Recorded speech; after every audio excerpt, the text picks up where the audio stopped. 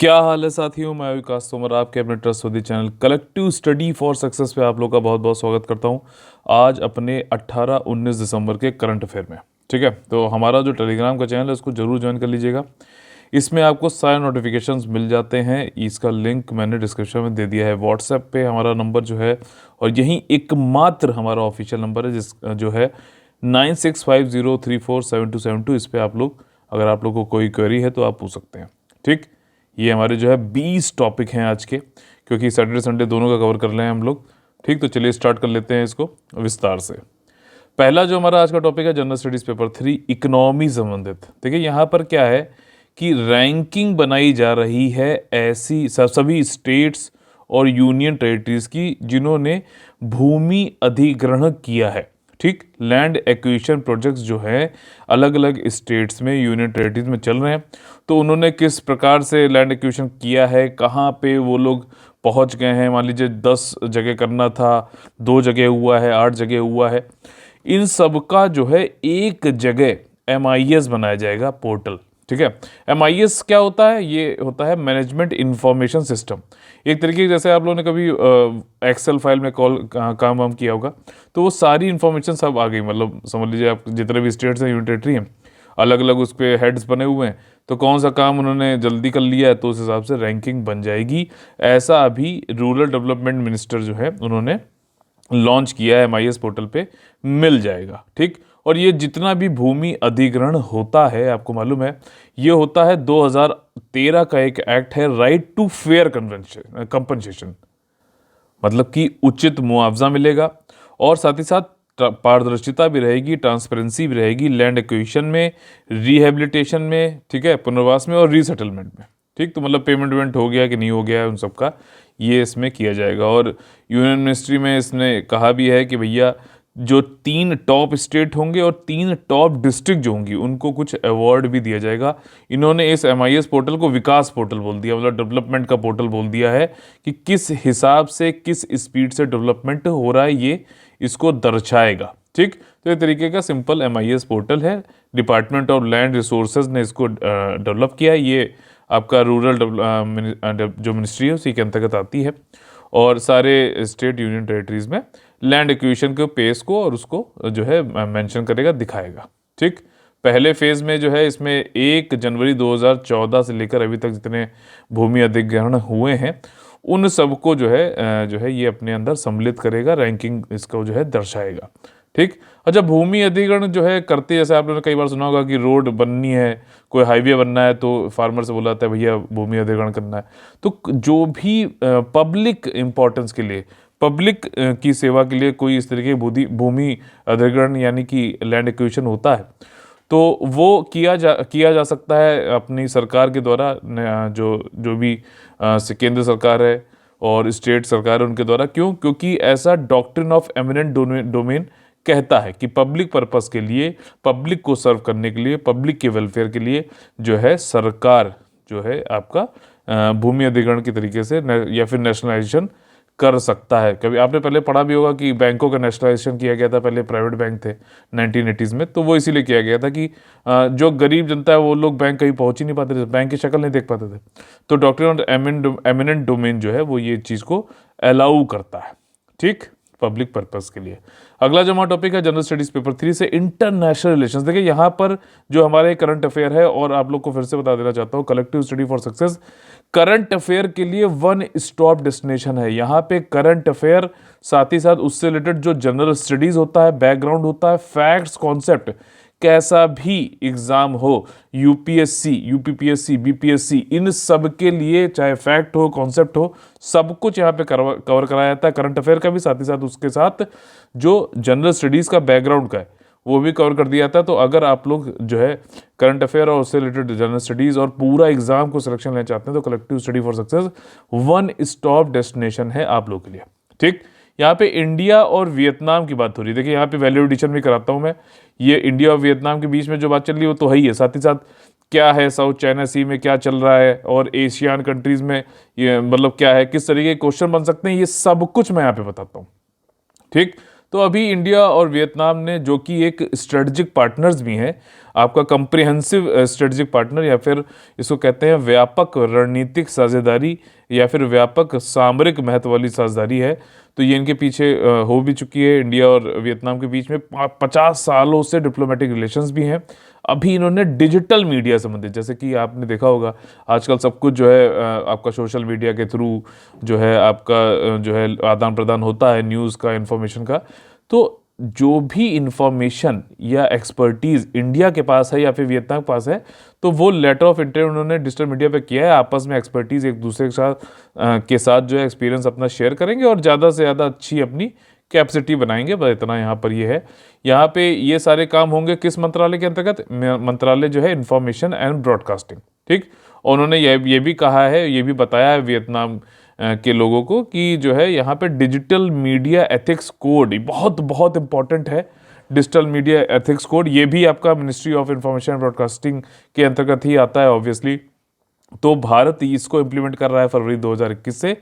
इसके अंतर्गत ही जो भी हम एक्सपीरियंस आपसे शेयर करेंगे वो भी हम इसको बताएंगे कि हमने कैसे पॉलिसी बनाई, कैसे हमने लोगों को ट्रेन किया है, कैसे कैपेसिटी बिल्डिंग बनाई है। ये सारी चीज़ें एक दूसरे के साथ शेयर करेंगे, ठीक। तो चलिए कुछ वैल्यू एडिशन कर लेते हैं। देखिए ये एरिया है, ये पहली बात तो ये है वियतनाम का जो है मैप, ठीक।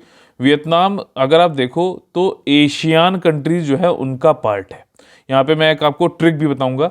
एशियान कंट्रीज में दो जो है, अगर आप पाँच टोटल तो 10 कंट्रीज हैं, लेकिन 5 कंट्री जो हैं वो मेनलैंड पे हैं। ये देखो पूरा एशिया के मेनलैंड पे, और 5 कंट्री जो है इधर आपका फिलीपींस, आपका सिंगापुर, ठीक। सिंगापुर भी आपका मेनलैंड में कोने पे आ जाएगा। तो ये जो है आपके इधर 5 कंट्रीज हो जाते हैं। तो इनकी ट्रिक ये है जो मैं आपको बताऊंगा, CLMVT, इतना याद कर लेना। CLMVT बहुत आसान है, और ये इंटेलिजेंस ब्यूरो IB ने स्पैम ढूंढा, SPM, ठीक।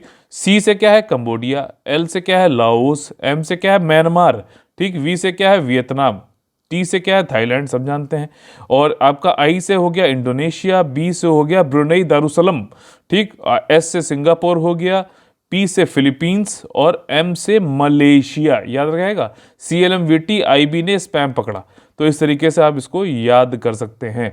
अब देखिए इसमें वैल्यू एडिशन और ये है कि साउथ चाइना सी में चाइना ये कहता है कि ये सब कुछ हमारा टेरिटोरियल हिस्टोरिकली हमारा ही था। 9 डैश लाइन इसको बोलता है। तो 9 डैश लाइन चाइना से संबंधित है, साउथ चाइना सी संबंधित है। इसमें कई सारे ऐसे आइलैंड हैं जिसपे कि चाइना कहता है हमारा है, दूसरी कंट्री कहते हैं हमारा है, ठीक। चाइना तो कहता है पूरा साउथ चाइना ही सी हमारा है, ठीक, क्योंकि इसमें रिसोर्सेज बहुत ज़्यादा हैं। यहाँ से कई जो है हज़ारों करोड़ों का, लाखों करोड़ों का जो है ऑयल निकलता है। बहुत नेविगेशन लाइन है इंटरनेशनल, मलक्का स्ट्रेट से होते हुए। तो इसलिए इसको अपना बताता है एक्सपेंशनिस्ट की जो है इनकी पॉलिसी है चाइना की। तो वियतनाम के साथ चाइना के जो डिस्प्यूटेड आइलैंड्स हैं, ठीक, दोनों लोग क्लेम कर रहे हैं, वो है स्प्राथले आइलैंड और परासर आइलैंड, ठीक। वियतनाम के साथ चाइना के जो डिस्प्यूटेड आइलैंड्स हैं साउथ चाइना सी में, वो हैं स्प्राथले आइलैंड और परासर आइलैंड। इसी प्रकार फिलीपींस के साथ में भी चाइना का डिस्प्यूटेड आइलैंड है जिसका नाम है स्काराबाऊ, ठीक। याद रहेगा कि नहीं रहेगा? अच्छा, अब यहाँ पर देखो, अगर आप, मैं इसलिए आप लोग से कहता हूँ कि मैप जरूर देखा करो। अब अगर मान लो इसने क्वेश्चन, मैंने एज ए एग्जामिनर देख रहा हूँ, तो मैं यहाँ पे क्वेश्चन पूछ सकता हूँ कि मेकोंग जो रिवर है, ये देखिए आ रही है, ये किस कंट्री पे जाके अपना डेल्टा फॉर्म करती है? तो मैं यहाँ पे आपको ऑप्शन दे दूंगा, कंबोडिया, लाओस, आपका जो है म्यांमार, वियतनाम या फिर थाईलैंड। तो आपको, अगर आपने ये चीज़ नहीं ऑब्जर्व करी तो वहाँ पे आप कंफ्यूज हो जाओगे, लेकिन एग्जामिनर तो देख रहा है ना, उसको क्वेश्चन बनाना है। तो पढ़ते समय क्वेश्चन खुद भी रेज करिए एग्जामिनर की तरह कि हाँ ये भी पूछ सकता है।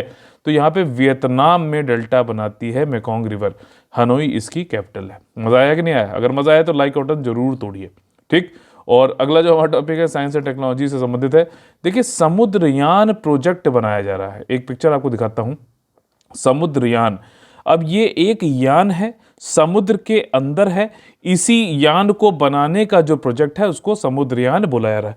आसान भाषा में, एवरीडे सिंपल लैंग्वेज में आपको समझाने का यहाँ पे प्रयत्न है, ठीक। समुद्र में जो है, समुद्र की गहराइयों में जो यान चले, उसको लिए जो प्रोजेक्ट है, इस यान को बनाने का जो प्रोजेक्ट है उसको समुद्रयान प्रोजेक्ट कहा जा रहा है। ये डीप ओशियन मिशन के अंतर्गत आता है, और इसमें जो है यही है कि आपका ओशियन को एक्सप्लोर करने के लिए ये एक साइंटिफिक सबमर्सिबल जो है वैज्ञानिक पनडुब्बी विकसित की जा रही है, इसको समुद्रयान बोल रहे हैं। ठीक।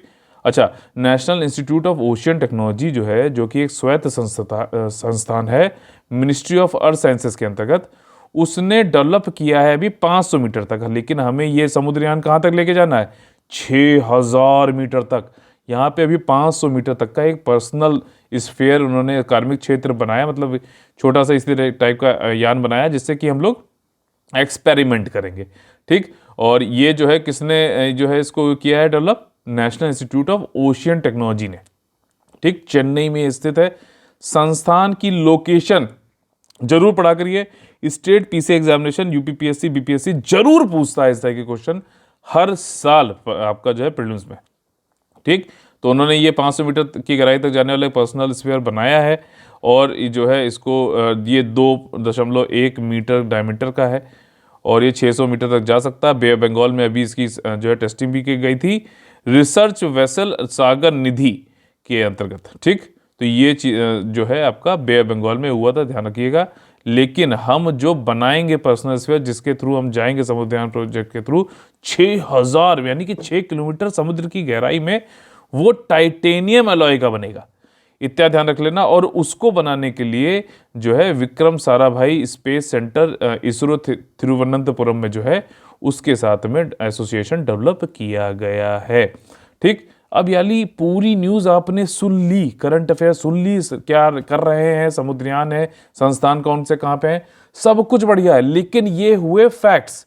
ठीक, अब इसको याद करने में आपको कठिनाई होगी अगर आपको ये नहीं पता होगा कि भैया ये हम कर क्यों रहे हैं, समुद्र में जाके ये टॉर्च जलाने से क्या होगा मेरे भाई।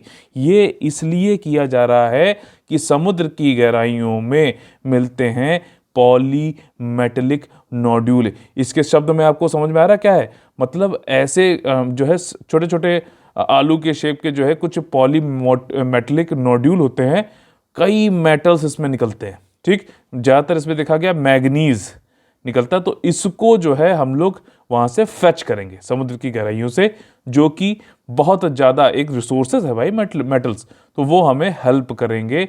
और ऐसा करने के लिए हमें अलाउ भी कर दिया है किसने? इंटरनेशनल सी बेड अथॉरिटी में, जिसका की हेडक्वार्टर किंगस्टन जमैका में है। हुआ ना वैल्यू एडिशन तगड़ा कि नहीं तो हुआ? बताओ, ये वाई हम ये जाके खोज करना चाहते हैं, एक्सप्लोर करना चाहते हैं, लिखा है ना, तो वो इसके लिए है, पॉलीमेटेलिक नोड्यूल के लिए करना चाह रहे हैं। ठीक, man scientific submersible Samudrayaan project. ठीक है ना, सही रहा, याद रहेगा ना। ठीक, अगला जो हमारा टॉपिक है काफ़ी ज़्यादा इंपॉर्टेंट है। देखिए, जनरल स्टडीज़ पेपर 2 में अगर आप सिलेबस पढ़ोगे, मेंस का सिलेबस बहुत कंठस्थ तरीके से आपको याद होना चाहिए। इसमें एजुकेशन गवर्नेंस से संबंधित भी जो है टॉपिक है। देखिए, अभी क्या है कि आपके जो इकोनॉमिक एडवाइज़र हैं, economic advisory council to the prime minister है, उन्होंने एक रिपोर्ट निकाली। रिपोर्ट का नाम था state of foundational literacy and numeracy in India. अगर इसको आसान भाषा में बोलूं तो भारत में मूलभूत साक्षरता और संख्यात्मकता की स्थिति। ठीक, अभी भी नहीं समझ में, अब समझो। देखो, यहाँ पे एक रिपोर्ट निकाली जा रही है कि 10 साल से जो छोटे बच्चे हैं उनके अंदर बेसिक पढ़ने की, बेसिक बिल्कुल बेसिक जो है लिखने की और बेसिक मैथमेटिक्स यानी कि गणित की जो है समझ हो, तो उसको हम लोग बोलते हैं state of foundational literacy and numeracy in India. 10 साल के नीचे बच्चों में, ध्यान रखना, वहाँ पे 5 लिख दे, 6 लिख दे, 18 लिख दे, 10 साल है, ये फैक्ट है। और इसीलिए मैं उस पर फोकस करके आपको बताता हूँ क्वेश्चन भी कैसे बन सकते हैं और आपको कौन कौन सी चीज़ें याद रखनी है। एग्जाम में याद रहेगा तभी क्वेश्चन सही बनेगा। ठीक, तो ये रिपोर्ट अभी इन्होंने निकाली है और इसमें इन्होंने कहा है कि अर्ली एजुकेशन ईयर, जब बच्चा छोटा होता है तब उसको जो है हमें ये इस पर कॉम्पिटिटिवनेस उनके अंदर हाईलाइट होती है। अगर उन्होंने अच्छे से उनका जो है पढ़ाई वढ़ाई कराई जा रही है उनकी, तो ठीक, तो यहाँ पर इसी चीज़ के मद्देनज़र जो है बच्चे का अच्छा पूरा पर्सनालिटी डेवलपमेंट हो, तो नेशनल एजुकेशन पॉलिसी 2020 और जो है निपुण भारत गाइडेंस, इसके अंतर्गत भी हमने जो है अर्ली इंटरवेंशन रखा ताकि बच्चा बचपन में ही, जब उसकी सबसे ज़्यादा सीखने की जो है एज होती है, तो अच्छे से अच्छी लर्निंग कर सके। ठीक, अब देखिए, जो फाउंडेशनल लिटरेसी एंड न्यूमरेसी की मैंने बात आपको बताई वो यहाँ पे देखा हुआ है। बेसिक रीडिंग, राइटिंग और मैथमेटिक्स होना चाहिए, लिखना पढ़ना और जो है गणित की समझ होनी चाहिए। और ये इसका एक सूचकांक भी बनाया जाता है, आप ध्यान से सुनो, यहाँ से क्वेश्चन बनेगा। सूचकांक भी बनाया जाता है आपका फाउंडेशनल लिटरेसी न्यूमरेसी का, जिसमें ये देखा जाता है कि क्या जो है अंडरस्टैंडिंग, क्या समझ बन रही है बच्चे की, 10 साल के नीचे वाले बच्चों की लर्निंग का। ठीक, अलग अलग स्टेट्स में, अलग अलग स्टेट में बच्चों की ये लर्निंग देखी जाएगी, फाउंडेशनल लिटरेसी न्यूमरेसी, उसके हिसाब से उनकी रैंकिंग दी जाएगी, तभी तो सूचकांक बनाना है, इंडेक्स। और इस इंडेक्स में 5 पिलर हैं, लेकिन जो है इन 5 से 41 इंडिकेटर है। ठीक, नहीं याद हुआ? अब इसको याद कराता हूं कैसे, इंटरलिंकिंग करके। ये लोग नहीं कराते, इस तरीके से कोई नहीं पढ़ाता, मैंने देखा है। ठीक, जो आपको यहीं पे याद करा दे। अब 5 पिलर हैं जिसपे कि सूचकांक बना है, 41 इंडिकेटर है। नहीं समझ में आया, इसको आप अब समझ जाओगे। एसडीजी में जैसे कि 17 गोल हैं, लेकिन 169 टारगेट हैं। ठीक, देखा, ये भी याद हो गया और ये भी याद हो गया। तो ये जो फाउंडेशनल लिटरेसी एंड न्यूमरेसी वाला जो इंडेक्स है, इसके 5 पिलर कौन कौन से हैं, ये भैया जरूर याद कर लेना। शैक्षिक बुनियादी ढांचा, educational infrastructure, access to education यानी कि शिक्षा तक पहुंच, बुनियादी स्वास्थ्य यानी कि बेसिक हेल्थ, भैया सब कुछ होना चाहिए, उनकी जो है पोषण होना चाहिए। Learning not leaning, learning outcome. ठीक, तो मतलब लर्निंग अगर कर रहे हैं, मान लीजिए आपको पढ़ाया गया ABCDEFG, अब उससे आप खाली जिंदगी भर अगर वर्ड ही नहीं बनाना सीख पाए, तो भैया लर्निंग का फायदा क्या हुआ। अगर मैं आपको यहाँ करंट अफेयर पढ़ाऊं और एग्जाम में आप क्वेश्चन ना सॉल्व करवाओ, तो भैया फायदा क्या हुआ। तो इसीलिए तो मेरी कोशिश है कि ज्यादा से ज्यादा अच्छा क्वालिटी कंटेंट दे पाऊं। ठीक, ये यहाँ पे 10-15 मिनट वाला जो है, जल्दी जल्दी जो है व्यूज पाने के लिए वाला नहीं है, यहाँ पे यह है क्वालिटी कंटेंट। तो आपको पूरा वीडियो 40-50 मिनट का देखना पड़ेगा। और 5वां जो है वो है गवर्नेंस। तो इन 5 पिलर्स पे अलग अलग स्टेट यूनियन टेरिटरीज का सूचकांक के अंतर्गत रैंकिंग दी जाती है। अब इस सूचकांक में कुछ हाइलाइट्स देख लेते हैं। ठीक, कि भैया जो रिपोर्ट आई उसमें क्या देखा गया। उसमें ये देखा गया भाई साहब कि जो भी कुछ स्टेट ऐसे हैं जो बहुत अच्छा कर रहे हैं। ठीक, बहुत अच्छा कर रहे हैं, जैसे कि केरला बेस्ट परफॉर्मेंस है स्मॉल स्टेट में, लेकिन वो दूसरे स्टेटों के मामले में उस अलग जो है जो पिलर है उसमें नीचे है। तो हर स्टेट की कुछ कमियां हैं और कुछ अच्छाइयां हैं। ठीक, कोई एक स्टेट किसी एक पिलर में अच्छा कर रहा है तो सभी में करे, ये जरूरी नहीं है। तो ये चीज इन्होंने यहाँ पर इसमें रिपोर्ट में देखी। दूसरा इन्होंने कहा कि भैया जो 5वां पिलर था गवर्नेंस, इसमें तो बहुत ही बुरा हाल है। आधे से ज्यादा स्टेट्स का जो नेशनल एवरेज है उसको ही नहीं पार कर पा रहे। तो गवर्नेंस में काफी पीछे हैं। नेशनल एवरेज हमारा 28.05 है, जिससे आधे से ज्यादा स्टेट्स इसके नीचे जो है पॉइंट्स गैदर करते हैं। और जो है इसमें एक ये चीज भी देखी गई कि जो आपका शिक्षा तक पहुंच वाला जो पिलर था, एक्सेस टू एजुकेशन, इसमें भी ये देखा गया कि भैया एक्शन चाहिए, प्रॉम्प्ट एक्शन चाहिए। ठीक, बहुत सारे स्टेट इसमें पीछे हैं। जो अगर आप देखो तो लार्ज स्टेट हैं जैसे कि राजस्थान, गुजरात, बिहार, इनमें तो बिलो एवरेज चल रहे हैं लोग। और वहीं उत्तर पूर्वी भारत के देखें तो यहाँ पे ये लोग एक्सेस टू एजुकेशन में बढ़िया काम कर रहे हैं। पूरा समझ में आया कि नहीं आया? आपका state of foundational literacy and numeracy in India क्या होता है, किसने रिपोर्ट निकाली, कौन से कितने साल तक के बच्चे का है, एक एक चीज इंडेक्स में कितने पिलर हैं और क्या इस रिपोर्ट में देखा गया। ठीक, तो ये सारी चीजें आपको जो है मेंस और प्रीलिम्स पूरा आपको समझ में आ गया। बस आप लोगों को करना क्या है, देखो, और पूरी पढ़ाई में सबसे बड़ी गलती जो आप लोग करते हो वो है आपका रिवीजन। रिवीजन नहीं किया, कंफ्यूज हो जाओगे, निगेटिव मार्किंग होती है, नहीं लिख पाओगे। प्रीलिम्स में तो निगेटिव मार्किंग होती है, रिवीजन के बिना तो आप जो है कंफ्यूज होगे, वहां गलत करके आओगे। और मेंस में तो आपको खुद ही लिखने हैं पॉइंट्स मेरे भाई। तो रिवीजन नहीं करोगे तो फिंगर टिप्स पे कैसे आएंगे पॉइंट्स, लिखोगे कैसे 7 मिनट में 150 वर्ड का आंसर। तो ये चीज है। ठीक, अगला जो हमारा टॉपिक है जनरल स्टडीज पेपर 3 इकोनॉमी संबंधित। देखिए, एल्गो ट्रेडिंग, सिंपल सीधी बात, शेयर बाजार का नाम आपने सुना होगा। शेयर बाजार में अब क्या है कि ज्यादातर चीजें होती हैं कंप्यूटर के थ्रू। ठीक, कंप्यूटर तो हार्डवेयर है, उसके अंदर चीजें चलती हैं सॉफ्टवेयर के थ्रू।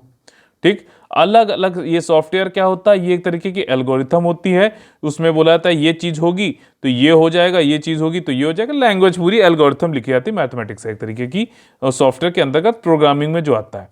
तो आपका जो सेबी है, securities and exchange board of India, जो कि हमारे शेयर मार्केट को रेगुलेट करती है, उसने ये कहा है कि कोई भी कंपनी जो कि, जैसे आप लोग ने आजकल सुना होगा शेयर मार्केट में कई लोग जो है शेयर खान और जो है कई कई सॉफ्टवेयर हैं जो कि एक तरीके का इंटरफेस है शेयर मार्केट और इन्वेस्टर के बीच में, जो है सॉफ्टवेयर ये होता है जो कि हेल्प करता है शेयर मार्केट से शेयर्स को खरीदने बेचने में, करता है। ध्यान साउंड में आया ना?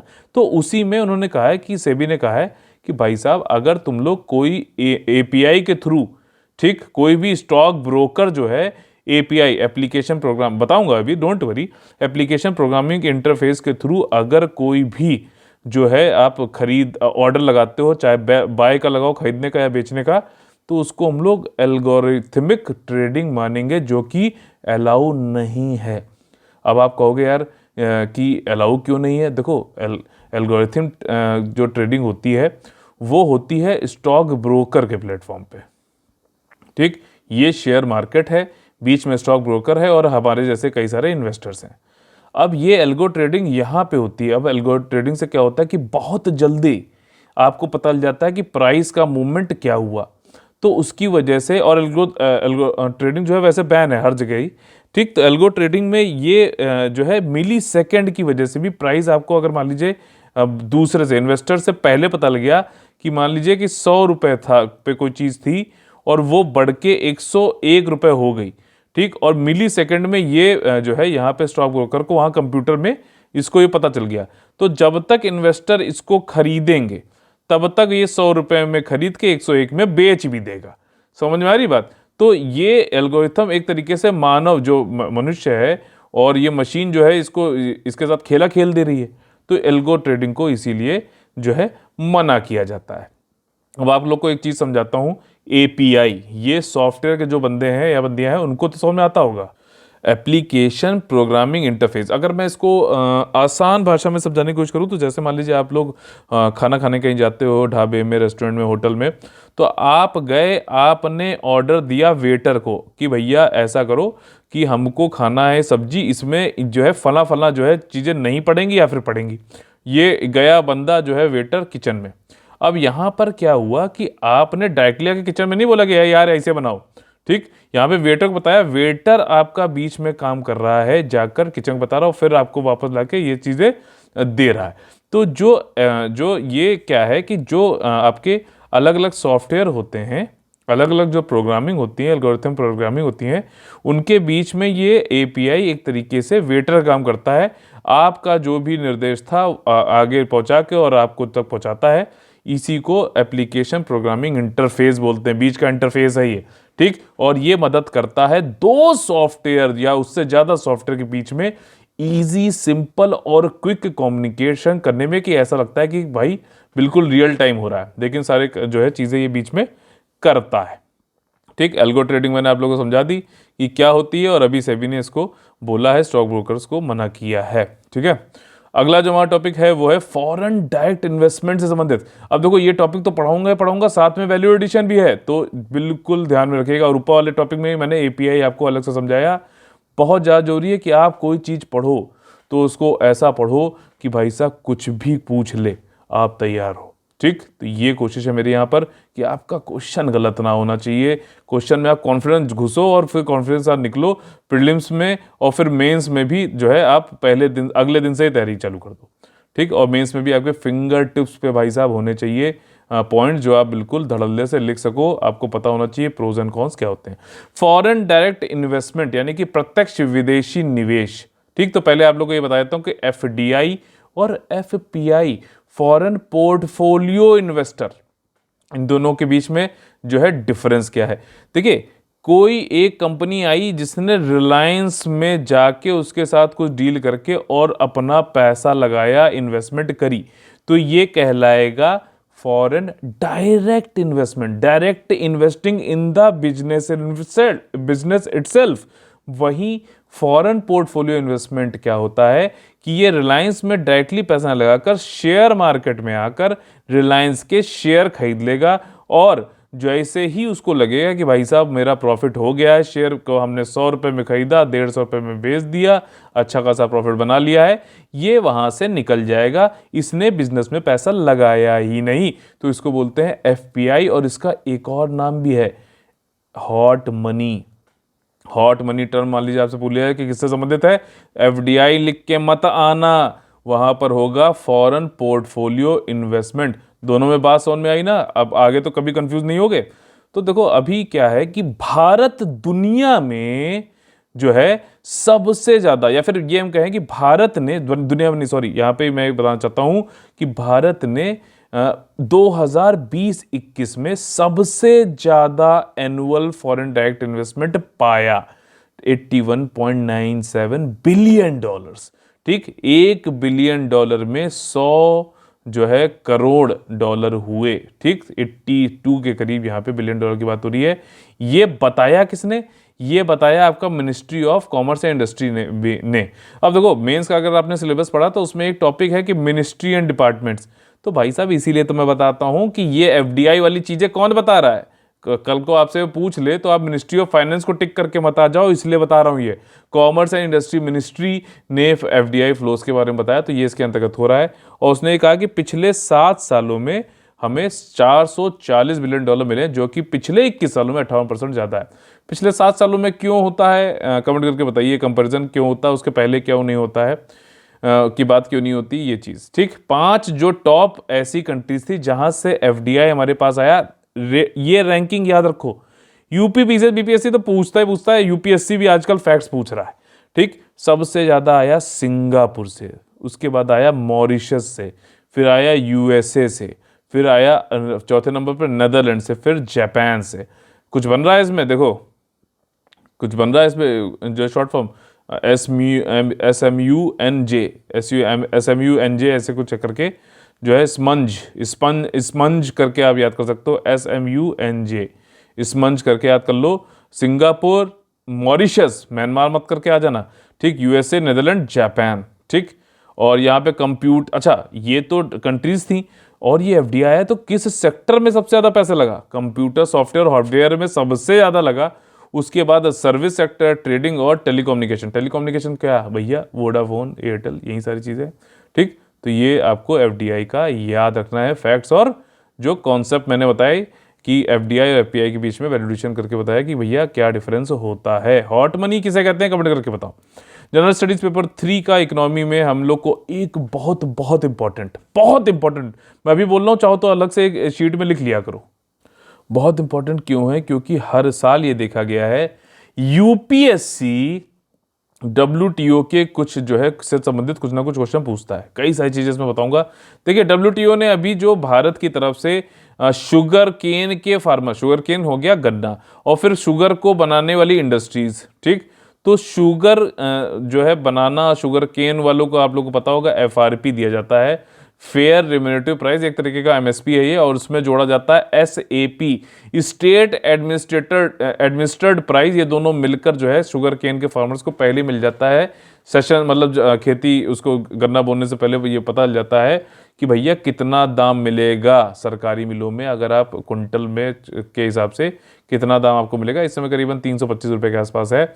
तो ये जो चीज़ है, और उसके बाद फिर क्या होता है, शुगर केन फार्मर को भी दिया भारत ने, और उसके बाद शुगर बनाने वाली इंडस्ट्रीज जो है उनको भी कुछ सब्सिडीज दी। तो कई कुछ कंट्रीज जो है वो नाराज हो गए।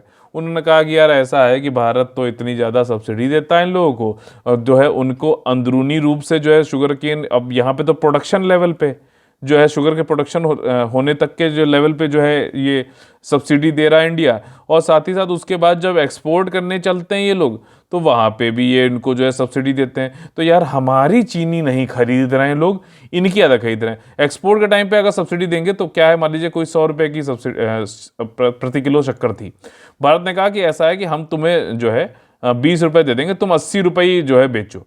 बाकी कंट्रीज की क्या थी, 90 रुपए की। तो किसकी चीनी खरीदी जाएगी इंटरनेशनल अफेयर में? इंडिया की।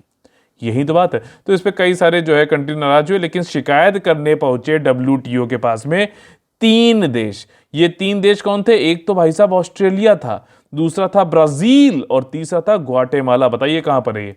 ठीक, तो ये तीनों ने जाके डब्ल्यूटीओ के पास में अर्जी लगाई कि भैया हमको परेशान किया जा रहा, हमारी चीनी बिक नहीं रही है। ठीक, तो यहाँ पे जो डिस्प्यूट सेटलमेंट बॉडी है वर्ल्ड ट्रेड ऑर्गेनाइजेशन की, उसने कहा कि हाँ भाई ये सही कह रहे हैं ये तीनों जो है नए आए हैं जो बंदे, और इनकी चीनी नहीं बिक पा रही है क्योंकि इंडिया की जो शुगर सब्सिडी है ये ठीक नहीं है। ये ठीक नहीं है कि आप जो है डोमेस्टिक लेवल पे भी और एक्सपोर्ट लेवल पे जो ये सब्सिडी दे रहे हो, this is against the free and fair trade. तो जो कि एक जो है आपका उद्देश्य भी है डब्ल्यूटीओ का इंश्योर करने का, फ्री एंड फेयर ट्रेड, तो ये इसके जो है बिल्कुल अगेंस्ट में। तो जो है डब्ल्यूटीओ का जो ये डीएसबी है, डिस्प्यूट सेटलमेंट बॉडी, इसने जो है इंडिया के खिलाफ जजमेंट दिया है और ये एक अल्टीमेटम भी दिया है कि भाई साहब जो इस तरीके की सब्सिडीज हैं उनको हम कहते हैं कि आप बंद करिए 120 दिनों में जब ये रिपोर्ट आती है। ठीक, तो ये जो है डब्ल्यूटीओ के जो है पैनल ने, बॉडी ने ये बोला भी है। कौन सी? प्रोडक्शन असिस्टेंस, बफर स्टॉक बनाने के लिए, मार्केटिंग और ट्रांसपोर्टेशन के लिए, वो मैंने आपको पहले बता दिया। ठीक, और यहाँ पर जो है ये रिपोर्ट आई है India measures concerning sugar and sugar cane, दिसंबर 14 को ये आई थी। और अभी लेकिन इस पे डब्ल्यूटीओ के फुल मेंबरशिप के सामने इसको अडॉप्ट या रिजेक्ट अभी नहीं किया गया। ये खाली इस बॉडी की रिकमेंडेशन है। अभी इसको जब अडॉप्ट किया जाएगा तब इंडिया को भाई साहब करना पड़ेगा ये। ठीक, तो ये वाली चीज़ है। और इसमें इंडिया की कंप्लेंट जो थी ऑस्ट्रेलिया, ब्राज़ील, ग्वाटेमाला ने किया था। उसने कहा था कि भाई साहब घर में प्रोडक्शन के टाइम पे भी देते हैं, एक्सपोर्ट में भी देते हैं, गड़बड़ कर रहे हैं यार, हमारी चीनी नहीं बिक रही। बताओ यार, इतनी मीठी चीनी वो भी बिकती नहीं। तो ये चीज़ है। और इंडिया का डोमेस्टिक जो मैंने आपको बताया सपोर्ट या फिर एक्सपोर्ट सब्सिडी जो दे रहे हैं, ये किस जो कोई डब्ल्यूटीओ के भाई लॉ रूल्स होंगे ना, उसके खिलाफ होंगे ना, तभी तो उसने बोला है। तो उन्होंने डब्ल्यूटीओ ने बताया कि डब्ल्यूटीओ का जो समझौता है कृषि उस पे, एग्रीकल्चर पे, और साथ ही साथ काउंटर वेलिंग मेजर्स और आर्टिकल 16 जो है आपका गार्ड का, यानी कि जो है general agreement on trade and tariff, ये पहले डब्ल्यूटीओ का पुराना नाम है। तो इन सब के खिलाफ जो है ये सब्सिडीज दिख रही हैं, इसलिए इनको रोकने की बात कही गई है। अच्छा, इंडिया जो डोमेस्टिक सपोर्ट देता है और शुगर केन को प्रोड्यूस करने के लिए, ये बोला गया है कि दी मिनिमस लेवल 10% से ज़्यादा है। अब आपके दिमाग में आएगा कन्फ्यूज़न, ठीक है? आप लोग कहोगे ये भैया डी मिनिमस लेवल क्या है, 10% कहाँ से ये फिगर आई? तो ऐसा है कि जब जो है ये डब्ल्यूटीओ बना गार्ड के बाद, उरुग्वे राउंड के बाद आपका, अच्छा नहीं ये बताइए उरुग्वे राउंड नहीं, आप लोग खुद ये बताइए कि वो कौन सी ट्रीटी थी उसके बाद जो है GATT, general agreement on trade and tariff को का नाम डब्ल्यूटीओ हो गया। बताइए, तो उसमें एक ऐसा हुआ कि जब एग्रीमेंट ऑन एग्रीकल्चर हुआ तो उसमें भाई डब्ल्यूटीओ का उद्देश्य क्या है? फ्री एंड फेयर ट्रेड करना। तो सब्सिडी इस तरीके की जो गलत सलत है उनको ख़त्म किया जाए। तो जो विकसित देश थे, डेवलप्ड जो कंट्रीज थी, उनके लिए कहा गया कि भाई साहब आपको एक टाइम लेवल में 5% तक जो है अपना, इसके ऊपर आप सब्सिडी नहीं दे सकते। वहीं विकासशील देशों को ये कहा गया, जैसे कि भारत जिसमें भी आता है, कि भाई आप 10% से ज़्यादा सब्सिडी इस तरीके की नहीं दे सकते। और चूंकि यहाँ पे डब्ल्यूटीओ के पैनल ने बोला है कि भाई साहब इसके ऊपर निकल रही, तो इसको रोकना पड़ेगा शुगर केन को। ठीक, शुगर केन के प्रोडक्शन और एक्सपोर्ट के लिए दी जाने वाली सब्सिडियों को रोकना पड़ेगा, because they are more than the de minimis level of 10%। अब देखिए, ये डब्ल्यूटीओ में 3 बॉक्सेस होते हैं, ठीक है? एम्बर, ग्रीन और ब्लू। एम्बर बॉक्सेस वो बॉक्सेस हैं जहां पे डी मिनिमस लेवल के ऊपर होने पर उन सब्सिडियों को रोकने की बात कही जाती है। ग्रीन जो है वो वाला बॉक्स है जिसमें ऐसे प्रोडक्ट्स, ऐसे जो है एनवायरनमेंट फ्रेंडली प्रोडक्ट्स होते हैं जिनको सब्सिडी दी जाने की अनुमति है। ग्रीन लेवल जाओ, कोई दिक्कत नहीं है। और ब्लू लेवल बड़ा ही विचित्र, ब्लू लेवल में ऐसी सब्सिडियां दी जाती हैं जिसमें ये कहा जाता है कि जैसे कि जो आपकी स्कैंडिनेवियन कंट्रीज हैं, डेनमार्क, स्वीडन, यहाँ पर कहा जाता है कि भाई तुम्हारी पॉपुलेशन खाने वाली है 100, और तुम्हारे पास चलो ठीक है टेक्नोलॉजी है, तो तुम उगा 1 लाख लोगों के लिए क्यों रहे हो? तुम्हें भैया किसान हो तुम्हें मान लीजिए जो है तुम 100 ही किलो जो है 100 ही कुंटल जो है उगाओ, तुम 1 लाख कुंटल मत उगाओ, बीज का जो भी है सब्सिडी वो हमसे लो। तो ऐसी सब्सिडी जो प्रोडक्शन को लिमिट करने के लिए दिया जाए।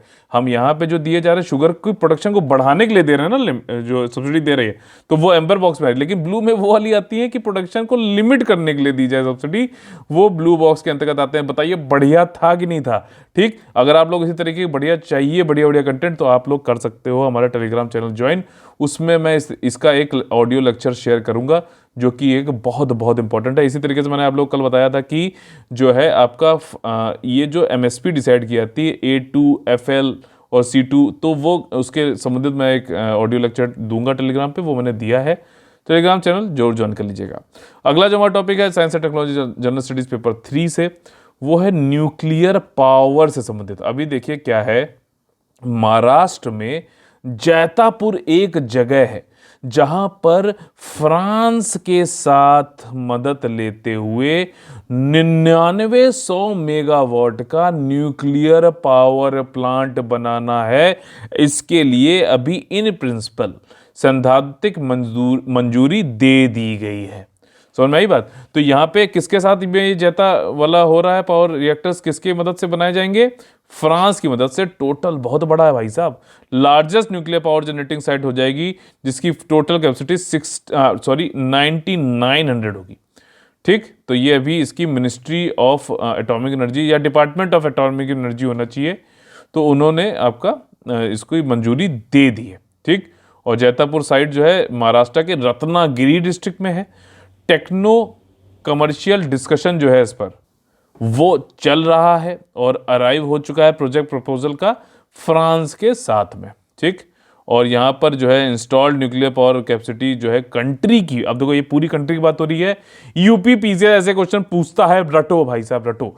ठीक, तो इंस्टॉल्ड न्यूक्लियर पावर कैपेसिटी जो टोटल इंडिया की इस समय वो 6780 है। ये घटती बढ़ती रहेगी, तो उसको हम लोग लेटेस्ट जो एग्जाम से पहले मैं दूंगा करंट अफेयर पूरा यूपी पीसीएस का, तो बिल्कुल स्टे ट्यून्ड रहिएगा। और न्यूक्लियर पावर की जो टोटल इलेक्ट्रिसिटी में अगर आप देखो तो न्यूक्लियर पावर कितनी है? 3.1% है। ये 2020-21 का आंकड़ा है। जो प्रेजेंट न्यूक्लियर पावर कैपेसिटी है हमारी 6780 मेगावाट की, ठीक, वो प्लान्ड है टू बी इंक्रीज्ड 2031 तक 22,480 हो जाएगी। तो एक तरीके से देखो तो 3 गुना हो रही है लगभग। ठीक, तो अगले 10 सालों में 3 गुना कर लेंगे हम लोग न्यूक्लियर पावर को अपने जो है पूरे इलेक्ट्रिसिटी उसमें। ठीक, और कई सारे प्रोजेक्ट चल भी रहे हैं, अभी कुछ रुके भी हुए हैं। ये चीज़ है, गवर्नमेंट ने कई सारे मेजर्स लिए हैं कि न्यूक्लियर पावर जो है प्लांट इंडिया में उनका जनरेशन बढ़ाया जाए। और इसके अंतर्गत जो है जैसे कि एकॉर्ड एक हुआ है आपका, एडमिनिस्ट्रेटिव अप्रूवल, फाइनेंशियल सैंक्शन, ठीक है ना, प्रशासनिक स्वीकृति दे दी गई है, वित्तीय स्वीकृति दे दी गई है। भैया करो, बनाओ, हमें अगले 10 साल में तिगना करनी है अपनी न्यूक्लियर पावर। ठीक, तो यहाँ पर 700 मेगावाट का प्रेशराइज्ड हैवी वाटर रिएक्टर बनाने हैं। ठीक, अच्छा, एक वो है 3 फेज आपका न्यूक्लियर पावर जनरेशन प्रोग्राम है हमारा, भाभा जी के द्वारा चलाया गया था। उसको एक बार जो पढ़ना, चलो बताना, मैं उसको बता दूँ, थोड़ा टिपिकल टॉपिक है वो। ठीक, हालांकि यूपीएससी उस पर रिलेटेड क्वेश्चन पूछ चुका है अभी 2-3 साल पहले, तो ये चीज़ है। साथ ही साथ इन्होंने रेजोल्यूशन, कई सारे ऐसे इश्यूज थे उनका समाधान में निकाल लिया। कैसे इश्यूज? भैया न्यूक्लियर पावर प्लांट कहीं लगता है तो ये होता है ना कि नागरिकों को खतरा तो नहीं है। तो अगर खतरा है, तो अगर मान लीजिए न्यूक्लियर को एक्सीडेंट हो जाता है खुदा ना खास्ता, तो उसमें सिविल लाइबिलिटी क्या होगी, नागरिक दायित्व क्या होगा, इससे संबंधित कई सारे जो इश्यूज थे उसका समाधान निकाल लिया है। साथ ही साथ एक creation of Indian nuclear insurance pool भी बनाया गया, जिससे कि पैसे दिए जाएंगे, कंपनसेशन, मुआवजा दिया जाएगा इन केस ऑफ एनी इवेंचुअलिटीज। ठीक, तो उस फेज में दिया जाएगा। एटॉमिक एनर्जी एक्ट के अंतर्गत जो है अब एक संशोधन किया जा रहा है इस एक्ट में कि जॉइंट वेंचर जो है हमारे पब्लिक सेक्टर के कंपनीज के, वो भी न्यूक्लियर पावर प्रोजेक्ट्स बना सकें। ठीक, यहाँ पे एक क्वेश्चन आप लोगों से पूछ रहा हूं कि 123 एग्रीमेंट 2008 वाला जो है ये किससे संबंधित है और किसके साथ हुआ था? भारत का, ये बता दे रहा हूं। ठीक, 2008 का है। कमेंट करके जो बताइए, जो लोग भी देख रहे हैं। ठीक, पूरा वीडियो देखा करो यार, स्किप करके देखने से कोई फायदा नहीं है, नंबर भी स्किप फॉर्म में आएंगे। ठीक, तो इसलिए पूरा देखिए, पूरी जानकारी लीजिए। अगला जो हमारा टॉपिक है, अभी आप लोगों ने सुना होगा कि भैया महिलाओं की जो है शादी करने की उम्र 21 साल कर दी गई है। यूनियन कैबिनेट ने इसके लिए बोल दिया, मंजूरी दे दी है। हालांकि अभी जो है इस पे पैनल बनाया गया है, कुछ और डिस्कशन होगा, बट उन्होंने 21 साल कर दिए है इसे। अच्छा, ये 21 साल कर तो दी, लेकिन इसके लिए एक पहले समिति बनाई गई थी, जिसकी जो अध्यक्ष थी वो थी जया जेटली। जया जेटली जो थी, इनकी अध्यक्षता में जो समिति थी, जिसको ये जो है इसलिए बनाया गया था, मिनिस्ट्री ऑफ विमेन और चाइल्ड डेवलपमेंट ने कहा कि भाई साहब जया जेटली जी, आपकी अध्यक्षता में हम एक समिति बना रहे हैं, जिसमें कि हम ये जानना चाहते हैं, आप इस पे देखिए, अपनी नज़र डालिए, रिसर्च करिए। हम ये देखना चाहते हैं कि जो मैरिज की एज होती है, जो शादी करने की उम्र होती है महिलाओं में, उसके घटने से, बढ़ाने से क्या इम्पैक्ट पड़ता है महिलाओं के पोषण पर, उनकी एनीमिया की बीमारी पर, इन्फेंट मोर्टेलिटी रेट पर, मैटरनल मोर्टेलिटी रेट पे और अदर सोशल इंडाइसिस पे। तो प्लीज़ जया जेटली जी, एक काम करिए, आप जो है इन सब चीज़ों पे देखिए और हमें रिकमेंड करिए जो है कि क्या होना चाहिए। तो अभी जया जेटली कमेटी ने भी कई सारे रिकमेंडेशन दिए। उसमें एक रिकमेंडेशन जो उन्होंने कहा था कि भाई साहब, हाँ, 21 साल की एज महिलाओं की कर देनी चाहिए जो है शादी की। लेकिन उन्होंने और भी रिकमेंडेशन दिए हैं जहां से कि क्वेश्चन पूछा जाएगा, बिकॉज एवरीबडी नोज, एक जो है सड़क पे चलने वाला जो है बंदा भी जानता है कि 21 साल कर दी गई। लेकिन आप जो है सब तैयारी कर रहे हैं जो है कॉम्पिटिटिव एग्जामिनेशन की, तो वहाँ पे क्वेश्चन थोड़ा तगड़ा आएगा। ठीक, तो जया जेटली जी थी इसमें, नीति आयोग के मेंबर आपके डॉक्टर वी.के. पॉल और भी कई सारे सेक्रेटरीज थे कई सारे मंत्रालयों के। ठीक, पहली एक तो उन्होंने 21 साल की बात कर दी कि हाँ भैया इंक्रीज कर दो, 18 से 21 कर दो, और मेल की तो ऑलरेडी 21 साल है ही है। इन्होंने ये भी कहा कि भाई साहब 21 तो कर दे रहे हो, लेकिन उससे पहले कई सारे काम करने हैं आपको। वो क्या काम है कि भाई साहब, लड़कियों के स्कूल जाने की जो है इंक्रीज करो एक्सेस, कॉलेज बढ़ाओ, ट्रांसपोर्टेशन जो ज़्यादा दूर जो है शैक्षणिक संस्थान है, तो कॉलेज जाने तक के लिए, स्कूल जाने तक के लिए परिवहन की सुविधाएं मुहैया कराइए, तब होगा ये 21 करने का। जो आप सीधे 21 कर दो उससे सब कुछ ऐसा नहीं है। This is not a single pill for every ill, ठीक है, पनेशिया नहीं है। साथ ही साथ उन्होंने बोला कि स्किल और बिजनेस ट्रेनिंग भी दो लड़कियों को, सेक्स एजुकेशन स्कूलों में पढ़ाओ। सेक्स एजुकेशन उसको दूसरी तरीके से मत लीजिए, it is very essential, necessary, and it should be taught both to the girls and boys both, ठीक है ना। और इसमें इन्होंने कहा कि ये सब करोगे तब पहले करो, तब व्यूमन का एम्पावरमेंट होगा, और तब ये जो आप 21 साल करना चाह रहे हो वो जो है आपको वाकई में इम्प्लीमेंट किया जाएगा सोसाइटी के द्वारा। इसी के साथ साथ आप काम ये जो मैंने ऊपर बताया वो तो करो ही करो, साथ ही साथ आप जागरूकता अभियान भी चलाओ, अवेयरनेस कैंपेन भी चलाइए कि भाई साहब एज में इंक्रीज हम कर रहे हैं तो इसके क्या क्या बेनिफिट्स हैं, तभी जाके सोशल एक्सेप्टेंस होगा इस लॉ का।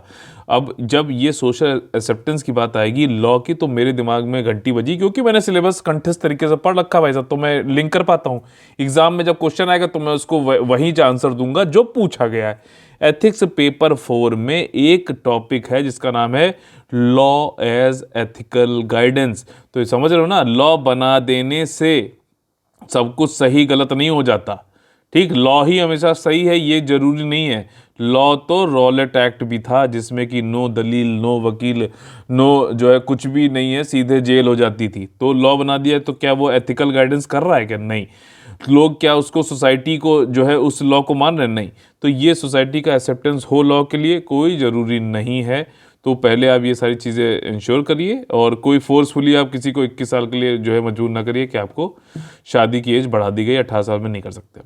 इसी संबंधित अगला जो हमारा टॉपिक है general studies paper 1 social issues से, मिनिमम एज ऑफ मैरिज जो विमेन की है बढ़ा दी गई है। यूनियन कैबिनेट ने 15 दिसंबर को मंजूरी दे दी, 21 साल की इसको कर दिया गया है। इससे एक तरीके से देखा जाए तो लॉ के हिसाब से तो भाई जेंडर इक्वलिटी आ गई है। अच्छा, ये मैरिज मिनिमम एज है क्या मैरिज की? अलग अलग जो है समुदायों में अच्छा, पहली चीज़ है कि वाई, क्यों होनी चाहिए मिनिमम एज मैरिज की? क्यों? हम भैया रोकना चाहते हैं जो बाल विवाह, उसको रोकना चाहते हैं। साथ ही साथ जो नाबालिगों के साथ में दुर्व्यवहार होता है उसको रोकना चाहते हैं भाई। ठीक, तो इसके लिए हम कर रहे हैं। अच्छा, डिफरेंट रिलीजन में इसके व्यूज़ क्या हैं? अलग अलग जो है रिलीजन में अलग अलग पर्सनल लॉज हैं, तो उसके हिसाब से जो है वो लोग अलग अलग बताते हैं। जैसे कि हिंदुओं में देखा जाए तो हिंदू मैरिज एक्ट 1955 के अंतर्गत 18 साल को minimum age for the bride माना जाता है, 21 साल को ग्रूम के लिए यानी कि मेल्स के लिए। इस्लाम में देखा जाए तो ये कहा जाता है कि जब उनकी युवा अवस्था आ जाए तो शादी करने के लिए वो लोग को वैध माना जाएगा। ठीक, युवा अवस्था तो यार 13, 14, 15 साल में हो जाती है, तो क्या ये सही है? और उसके बाद ये कि स्पेशल मैरिज एक्ट 1954 और prohibition of child marriage act 2006, इसमें ये बताया गया है कि 18 साल लड़कियों की और 21 साल लड़कों की एज होनी चाहिए मैरिज के लिए कंसेंट देने के लिए। ठीक, तो अब जब ये लॉ आ रहा है 21 साल को हम कर देंगे महिलाओं के लिए भी, तो ये जो एक्ट है ना, इन सब में भी संशोधन किया जाएगा, नहीं तो जो है अब नई एक्ट ये लागू नहीं हो पाएगा। समझ में आ रहे हो? बिकॉज रूल ऑफ लॉ है। ठीक है, अगला जो हमारा टॉपिक है जनरल स्टडीज पेपर 1 ज्योग्राफी से संबंधित। देखिए कोल्ड वेव, कोल्ड वेव जो है आपकी आने वाली है, ऐसा किसने बताया? मौसम विभाग ने बताया, जो कि मिनिस्ट्री ऑफ अर्थ साइंसेस के अंतर्गत आता है। क्या नाम है इसका? Indian meteorological department. इसने प्रिडिक्ट किया है कि कोल्ड वेव आएगी पंजाब हरियाणा, ये जो भारत का जो नॉर्थ ये आपका हिस्सा है, ठीक है ना, ये नॉर्थ वेस्ट, तो यहाँ पे कोल्ड वेव आएगी ऐसा बोला गया है। ठीक, क्यों आएगी भैया? वेस्टर्न डिस्टर्बेंस, जिसको पश्चिमी विक्षोभ भी बोलते हैं, जो कि आपका मेडिटेरियन सी से उठ के आता है, तो ये यहाँ पर थोड़ा नीचे आओगे तो भैया पानी बरसाता है, ठंडी हवाएं लेके आता है, और ऊपर जाओगे तो स्नो फॉल हो जाता है। ठीक, तो इसकी वजह से, इसके कारण की वजह से बहुत तगड़ी ठंडी वेव आने वाली, शीतलहर आने वाली है। अब इसमें देखो दो तरीके हैं, आपकी शीत वेव बोला जाता है, तो कोल्ड वेव जो है मैदानी क्षेत्र यानी कि प्लेन्स में जो है अलग तरीके से इसको बोला जाता है कि हाँ किस टेम्परेचर के नीचे होगा तो उसको बोलेंगे, और वहीं हिली एरियाज में इसको नापने का तरीका अलग है कि हाँ भैया हम कब बोलेंगे कि कोल्ड वेव चल रहा है। प्लेन्स में अगर 10 डिग्री सेल्सियस के नीचे है, ठीक, नीचे है, और किसी पर्टिकुलर दिन, मान लीजिए 15 दिसंबर को ऑन एन एवरेज जो टेम्परेचर था वो आपका 15 था, ठीक, 15 डिग्री सेल्सियस का, लेकिन उस दिन क्या हुआ कि आपका 10 डिग्री या उससे कम हो गया, प्लेन्स क्षेत्रों में बता रहा हूँ, मैदानी क्षेत्रों में, और साथ ही साथ या फिर जो है 5 डिग्री या फिर 4.5 से लेके 6.4 डिग्री नीचे गिर गया जो नॉर्मल टेम्परेचर था उससे। ठीक, 10 भी हो उसके नीचे हो जाए, ये 4.5 से लेके 6.4 डिग्री नीचे गिरे, तब हम कहेंगे भैया कोल्ड वेव चल रही है। समझ में आई बात? देखो नॉर्मल टेम्परेचर हम कैसे निकालते हैं, हर 5 दिन में टेम्परेचर निकाला जाता है, तो 15 दिन में का जो टेम्परेचर आया वो पिछले 5 दिन का निकाला, 10 आपका 11, 12, 13, 14, 15, ठीक, 10, 11, 12, 13, 14 करके ऐसे निकाला जाएगा, तो नॉर्मल टेम्परेचर आता है, एवरेज निकाला जाता है ये। और उस दिन का 15 दिसंबर का पिछले 30 साल का डेटा लिया गया है, तब वो नॉर्मल टेम्परेचर माना गया, और इस टेम्परेचर से भी 4.5 से लेके 6.4 डिग्री तक अगर 15 दिसंबर को टेम्परेचर डाउन होता है, और डाउन होने के साथ साथ ये 10 या फिर उससे नीचे चला जाता, तो हम बोलेंगे क्या? Cold wave. अब समझ में आया? ठीक, वैसे ही हिली एरियाज में क्या है कि अगर मिनिमम टेम्परेचर की बात हो रही है, सबसे न्यूनतम जो टेम्परेचर है वो 0 या फिर उससे नीचे चला जाता है डिग्री सेल्सियस, तो हम बोलते हैं भाई साहब कि शीतलहर है। ठीक, हिली एरियाज में वैसे ही ठंडी ज़्यादा होती है, और अगर 4.5 से लेकर 6.4 डिग्री तक बिलो नॉर्मल जाता है तब भी हम बोलते हैं शीतलहर। ठीक, अब यहाँ पर प्लेन्स में एक चीज़ ये भी है कि मान लीजिए किसी दिन जो है आपका 4 डिग्री या फिर उससे नीचे चला गया टेम्परेचर, मिनिमम टेम्परेचर की बात कर रहा हूँ मैं, ठीक है, तो भैया उस दिन भी कोल्ड वेव बोल देंगे हम कि चल रही है। वैसे ही आपका जैसे कि मतलब 4 के नीचे गया तब तो कोल्ड वेव है ही है, ये कहा जा रहा है। मान लीजिए मिनिमम टेम्परेचर जो भी हो, एवरेज वाला, नॉर्मल वाला। ठीक, कोल्ड वेव का कॉज मैंने आपको बता दिया, पश्चिमी विक्षोभ है और वेस्टर्न डिस्टर्बेंस, और ये जो है यहाँ पर कोल्ड वेव लेके आ रहा है। अच्छा, ये आपको ये पता चलता है ना कि किधर से आ रही, जैसे कि मेडिटेरियन रीजन से आ रही है, तो आपका अगर ऐसे जाओ, ठीक है, अगर आप ये वाला एरिया जो है, तो इधर से वेव आ रही है, जिधर से वेव आती है, हम विंड आती है, हम उसको ही बोलते हैं सर ये नॉर्थ वेस्टर्न से आ रही, तो नॉर्थ वेस्टर्न जो है ये विंड कहलाएगी। वैसे ही अगर नॉर्थ ईस्ट से आ रही होती तो नॉर्थ ईस्ट बोलते हैं, ये पता है ना आप लोगों को, ये डायरेक्शन बताना चाह रहा हूँ बस। तो ये मेडिटेरियन सी से उठते हुए विंटर रेनफॉल जो है नॉर्थ वेस्ट जो इंडिया है उसमें लाके यहाँ पे डालती है। ठीक, अगला जो हमारा टॉपिक है वो है जनरल स्टडीज पेपर 1, ज्योग्राफी और आर्ट एंड कल्चर से संबंधित। देखिए क्या है कि महाराष्ट्र में बुलक कार्ट रेस होती है, बैलगाड़ी की दौड़ होती है। और इस बैलगाड़ी की दौड़ में क्या है, कई जब दौड़ हो रही है भाई, चोटिल होते हैं जानवर जो आपके बैल वैल है, तो उसकी वजह से prevention of animal cruelty act एक है, तो उसके अंतर्गत कई लोगों ने बोला भैया जो एनिमल लवर्स हैं कि ये रेस हो रही है, भले ही कितने सालों से हो रही हो, 400 सालों से वैसे लोग बोलते हैं महाराष्ट्र में हो रही है, लेकिन इसमें बड़ी जो है दुर्दशा है बैलों की, और बहुत बुरा मतलब क्रुएल्टी हो रही है एक तरीके की। तो ये लोग पहुंच गए और फिर सुप्रीम कोर्ट ने इस केस को जो है भेज दिया कॉन्स्टिट्यूशनल बेंच के पास में। कॉन्स्टिट्यूशनल बेंच का मतलब समझ रहे हो, ऐसी बेंच होती है जिसमें कि 5 या 5 से ज़्यादा सुप्रीम के कोर्ट के जजेस बैठ के डिसीजन लेते हैं।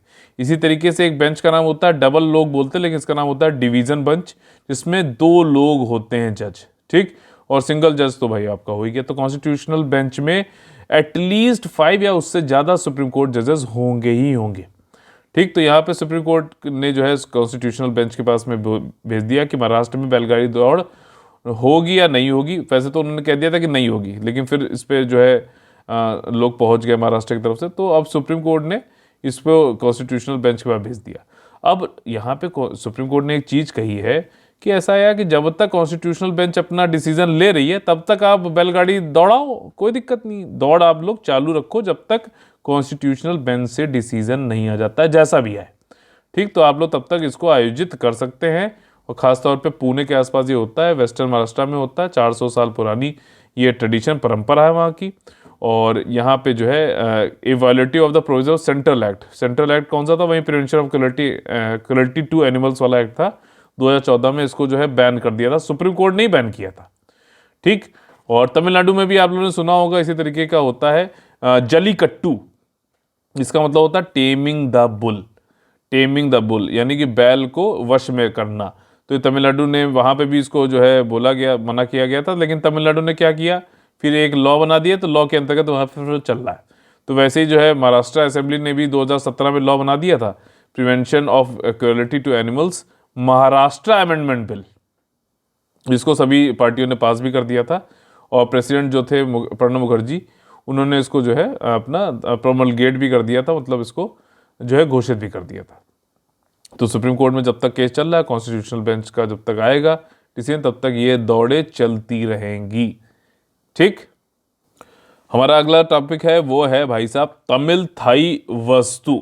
आपको अगर नहीं समझ में आ रहा है कि क्या है वस्तु तो कोई दिक्कत नहीं है, तमिल का ये बच्चा बच्चा जानता है इसको, बच्चा बच्चा।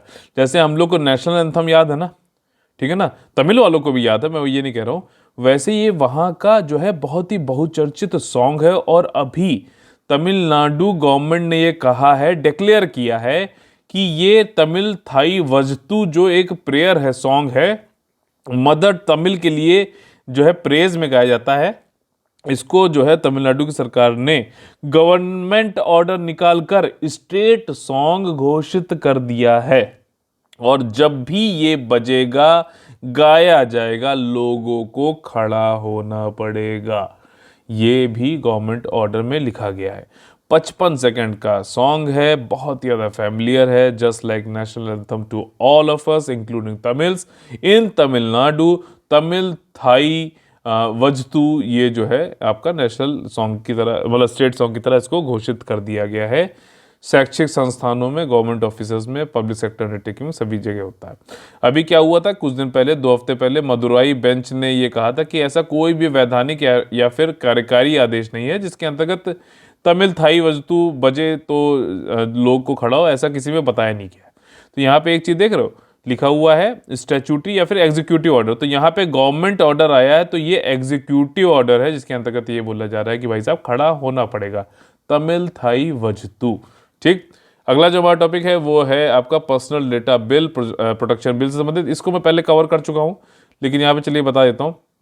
पर्सनल डेटा प्रोटेक्शन बिल, ठीक, जो अभी आपका डेटा प्रोटेक्शन वाला जो बिल आया था, तो उस पर जॉइंट कमेटी ऑफ पार्लियामेंट बनाई गई और उन्होंने अपनी एक रिपोर्ट दी है पर्सनल डेटा प्रोटेक्शन पर, ठीक है।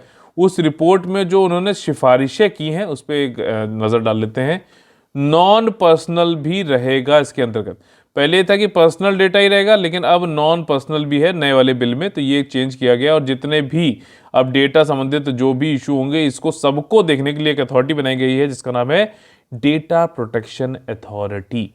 ठीक, तो ये सारी चीजें होगी, जितना भी सब जो डेटा से संबंधित है सब कुछ इन्हीं के जो है अंतर्गत आएगा, यही देखेंगे इसे। ट्रांजिशन पीरियड इन्होंने यहाँ पे सिफारिश करी है जेएससीपी ने कि भाई साहब जो भी प्लेटफॉर्म्स हैं उनको 2 साल का यानी कि 24 महीने का समय दिया जाना चाहिए जब भी ये इसकी अधिसूचना आएगी, नोटिफिकेशन आएगा उसके बाद। सोशल मीडिया लायबिलिटी जो भी थर्ड मेजर तीसरी बहुत ही महत्वपूर्ण यहाँ पे सिफारिश दी है कि जो भी सोशल मीडिया प्लेटफॉर्म्स हैं जैसे कि ट्विटर हो गया, फेसबुक हो गया, इंस्टाग्राम हो गया, ठीक, तो इन सबको जो है that do not act as intermediaries, वो हमारे लॉ के अंतर्गत क्या है, ये कि ट्विटर जैसे कहता है कि भाई साहब एक है मैसेज लिखने वाला, दूसरा है पढ़ने वाला, हम तो बीच के बिचौलिए हैं। तो ऐसा अब नहीं है, इन्होंने सिफारिश करी है कि भाई साहब जो भी सोशल मीडिया प्लेटफॉर्म है बीच वो बिचौलिया नहीं, वो बल्कि पब्लिशर है, इसने लिखा इनके प्लेटफॉर्म पे पब्लिश हुई वो चीज़। तो अगर कोई ऐसा उल्टा सीधा कंटेंट आता तो इनको जो है अब हम लाइबल बनाएंगे, इनका दायित्व है उसको देख रेख करने का। पेनल्टी इन्होंने कहा है कि अगर कमेटी ने ये रिकमेंड किया कि 15 करोड़ या फिर जो पूरे विश्व में जो भी इनका टोटल ग्लोबल टर्नओवर होता है उसका 4% इन लोगों को पेनल्टी देना पड़ेगा अगर डेटा ब्रीच होता है। मान लीजिए आपका डेटा, मेरा डेटा जो है कहीं ये बेच रहे हैं या फिर कहीं पे जो है किसी के पास चला जा रहा है इनकी गलती की वजह से, तो ये पेनल्टी लगेगी और जेल भी हो सकती है भैया 3 साल के लिए। टाइमली अलर्ट भी दो, मान लो किसी का डेटा ब्रीच हो गया, मेरा डेटा ब्रीच हो गया, तो इनको ये बोला जा रहा है कि जो भी डेटा एग्रीगेटर है जैसे ट्विटर या फिर जो भी है, तो इनको डीपीए को, डेटा प्रोटेक्शन अथॉरिटी, उसको 3 दिन के अंतर्गत 72 घंटे के अंतर्गत बताना पड़ेगा, चेतावनी देनी पड़ेगी। ठीक, इंपॉर्टेंट टॉपिक है, जरूर याद रखिएगा, data is the new oil, जरूर क्वेश्चन डेटा से संबंधित आएगा ही आएगा। कोवोवैक्स, देखो भारत में सीरम इंस्टीट्यूट ऑफ इंडिया और दूसरी जो है आपकी भारत बायोटेक, तो इन दोनों ने वैक्सीन बनाई, हमने भी लगवाई, आपने भी लगवाई होगी, लगवाना चाहिए। ठीक, यहाँ सीरम इंस्टीट्यूट ऑफ इंडिया ने कोविशील्ड बनाई और जो है आपकी भारत बायोटेक ने कौन सी बनाई, कोवैक्सीन। ठीक, अब यहाँ पे सीरम इंस्टीट्यूट ने जो कोविशील्ड बनाई थी वो तो बनाई थी भाई साहब आपकी एस्ट्राजेनेका ऑक्सफोर्ड वाले पर। अभी इन्होंने एक और जो है प्रोड्यूस कर रहे हैं जो कि आपका ये क्या नाम है, यूएस की एक कंपनी है नोवावैक्स। ठीक, उसने जो फॉर्मूला बनाया वैक्सीन का, जैसे एस्ट्राजेनेका ने फॉर्मूला बनाया उसको भारत में कोविशील्ड के नाम से बेच रहे हैं, तो वैसे ही जो नोवावैक्स जो यूएस के बेस्ड है उसने फॉर्मूला बनाया, उसके ही ये प्रोडक्शन कर रहे हैं, कॉपीज बना रहे हैं सीरम इंस्टीट्यूट ऑफ इंडिया, जिसका नाम है कोवोवैक्स। और इस वैक्सीन को जो है अभी WHO ने इमरजेंसी अप्रूवल दे दिया है, अब इसको लगाया जा सकता है, लोगों जो है इंजेक्शन के लग सकेंगे। और लगेंगे कहाँ पर, पूरी दुनिया में, मैंने आप लोग को पहले बताया भी था, गावी नाम की एक संस्था है और WHO ने मिलकर ये कोशिश कर रहे हैं कि भाई साहब सभी को मिले, जो गरीब कंट्रीज हैं सबको, सभी लोगों को जो है वैक्सीनेशन हो पाए जल्दी जल्दी। तो अब उसमें कोवैक्स एक मतलब ग्लोबल वैक्सीन शेयरिंग सिस्टम है, उसके अंतर्गत कोवोवैक्स भी अब प्रोवाइड की जाएगी गरीब लोअर इनकम कंट्रीज को। कई सारी कंट्रीज तो भाई साहब ऐसी हैं, ठीक है, लोअर इनकम कंट्रीज 41 ऐसे हैं जहां पे 10% से कम लोगों ने ही वैक्सीन लगवाई है, और 98 कंट्रीज दुनिया में ऐसी हैं जहां पर कि 40% उससे कम लोगों ने वैक्सीन लगवाई है। ठीक, तो ये काफ़ी कम रेट है और ये एक संक्रमित बीमारी है, कहीं पे भी ये छूटा तो वहाँ से फिर से फैलने की चांसेस हो जाती हैं। तो हमें इस तरीके के जो है प्रोग्राम चलाना पड़ रहा है, जैसे कि कोवैक्स नाम बता रहा हूँ ना मैं, ग्लोबल वैक्सीन शेयरिंग है, तो इसके अंतर्गत यहाँ पर इन कंट्रीज़ को दिया जाएगा। इसमें देखो 2 डोजेस दिया जाएंगे कोवैक्स के और 2 से 8 डिग्री सेल्सियस तक ये रेफ्रिजरेटेड टेम्परेचर में स्टेबल रह सकती है। ठीक, अगला जो हमारा टॉपिक है वो काफ़ी इंपॉर्टेंट है, जनरल स्टडीज पेपर 3 संबंधित है, इन्वायरमेंट। देखो बायोलॉजिकल डाइवर्सिटी एक्ट 2002 में आया, ये ईयर भी याद रखो करो, क्योंकि स्टेट पीसीआर और जो है यूपीएससी में देख रहा हूँ कि ये लोग ईयर पे या तो क्रोनोलॉजी पूछ लेंगे, बताओ पहले कौन सा आया बाद में कौन सा आया, तो ये ईयर जरूर ध्यान रखा करिए। जैसे कि आपका वाइल्ड लाइफ प्रोटेक्शन एक्ट है 1972 में आया। ठीक, तो आपकी बताइए फॉरेस्ट पॉलिसी कब आई, तो इस तरीके से क्रोनोलॉजी बताइए, असेंडिंग ऑर्डर डिसेंडिंग ऑर्डर में पूछ सकता है। तो बायोलॉजिकल डाइवर्सिटी एक्ट, जिसको जैविक विविधता अधिनियम भी बोला जाता है 2002 का, इसमें कुछ संशोधन किए जा रहे हैं सरकार के द्वारा। तो जो इन्वायरमेंटलिस्ट है, जो पर्यावरण के जो है बचाव करता है, संरक्षण देना चाहते हैं, वो ये कह रहे हैं कि भाई साहब ये जो भी अमेंडमेंट करे जा रहे हैं सरकार के द्वारा, ये बिल्कुल जैव विविधता के कंजर्वेशन के संरक्षण के खिलाफ है। और इसके अमेंडमेंट करने का एक ही मोटिव है कि आयुष मंत्रालय के अंतर्गत लोग जो जा रहे हैं, वो जो है हमारे फॉरेस्ट की जो भी ट्रेडिशनल नॉलेज है या फिर जो भी वहाँ के रिसोर्सेज हैं, उनका धड़ल्ले से यूज़ कर सके without respecting the local communities. उनकी तो ये कह रहे हैं कि भाई साहब लोकल कम्युनिटीज़ जो कि असल में उनके साथ रह रहे हैं और उन्हीं से ये लोग सीखते हैं, आके उन्हीं से ये पूछते हैं। भाई देखो, अब जैसे कोई किसी से आप ये कह दो कि हल्दी लगा लो तो जो है सही हो जाएगा, तो वो कहेगा अबे बेवकूफ़ हो गया। तो लेकिन अगर उसने खुद आपको लगा के दिखाया कि हाँ भाई सही हो रहा, तब आप तो वो एक ट्रेडिशनल नॉलेज है, वो एक रिसोर्स है जो कि लोकल कम्युनिटी सालों से सैकड़ों जनरेशन से यूज़ करते आ रहे हैं। तो वो वाली जो नॉलेज है जो बायोलॉजिकल डाइवर्सिटी एक्ट के मतलब ये फॉरेस्ट के अंतर्गत मिलती है, तो वो इनके जो भी पब्लिशर होंगे, जो भी ठेकेदार होंगे, उनको मिल जाएगी। क्योंकि इन सारे जो अमेंडमेंट है उसमें आयुष के लोगों को एग्जेम्प्ट किया गया है। एग्जेम्प्ट किया गया है कि भाई साहब जो भी वैसे तो ये होता है कि लोकल कम्युनिटीज़ होती हैं, समुदाय होते हैं, फॉरेस्ट डवेलर्स जो होते हैं, उनके पास इस तरीके की नॉलेज बहुत अच्छी होती है। तो अब होना तो ये चाहिए access of and benefit sharing, ठीक, कि फॉरेस्ट में एक्सेस करो, लोकल कम्युनिटीज सीखो और उससे मान लो आप कुछ कमाओ। आगे आप मान लो हल्दी का फिर उपयोग करोगे, दवाइयाँ बनाओगे, पैसा कमाओगे ना यार, तो वो उसका कुछ ना कुछ जो है वापस लोकल कम्युनिटीज़ को दो, बेनिफिट का शेयरिंग करो। तो ये होना चाहिए। इसी से आप लोगों ने पढ़ा भी होगा, कन्वेंशन ऑन बायोलॉजिकल डाइवर्सिटी होती है, ये आपका कन्वेंशन ऑन बायोलॉजिकल डाइवर्सिटी जो है, ये कन्वेंशन है, सम्मेलन है, इसके अंतर्गत एक नगोया प्रोटोकॉल है। नगोया प्रोटोकॉल इसी संबंधित है, ABS से संबंधित, एक्सेस एंड बेनिफिट शेयरिंग संबंधित। तो उसमें भी ये कहा जाता, तो उसी के अंतर्गत ये एक्ट लाया गया था। भाई इंडिया में अगर हम इसके पार्टी हैं तो इंडिया में कोई लॉ तो बनाना पड़ेगा ना नगोया प्रोटोकॉल को जो है फॉलो करने के लिए, इम्प्लीमेंट करने के लिए। तो वो बनाया गया था। तो यहाँ पे जैव विविधता की जो संरक्षण की बात तो है ही नहीं, कोई बेनिफिट शेयरिंग तो हो ही नहीं रही है।